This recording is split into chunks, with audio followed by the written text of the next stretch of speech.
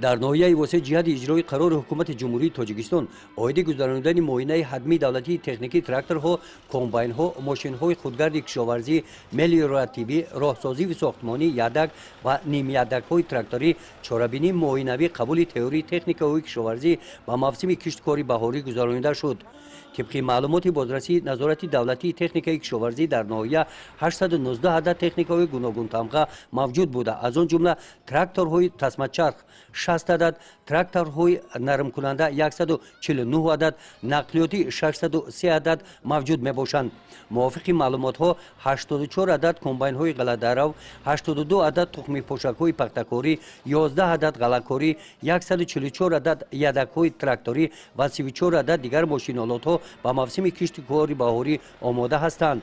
کمیسیای صلاحیتناک برابری جانشین رئیس ولایت ختلان نمایندگان ریاست کشاورزی منطقه کلاب با حالت تکنیکای کشاورزی شناس گردیدند. امسال کشاورزان ناحیه در میدان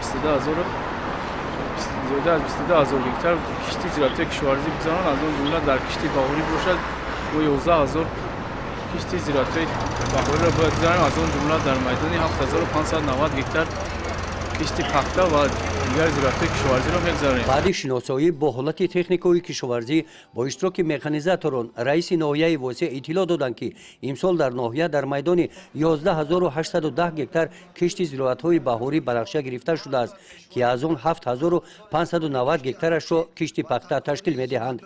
در این همایش قید گردید که کشاورزان ناحیه واسه جهت عملی گردیدن برنامه امنیت آذوقه‌واری که یکی از هدف‌های اساسی استراتژی مملکت میباشد از تمام امکانات و ذخیره‌های موجود بوده استفاده برده برای استحصال محصولات تازه و وارداتی عوض کننده کشاورزی تدبیرهای ضروری را عملی می‌نمایند.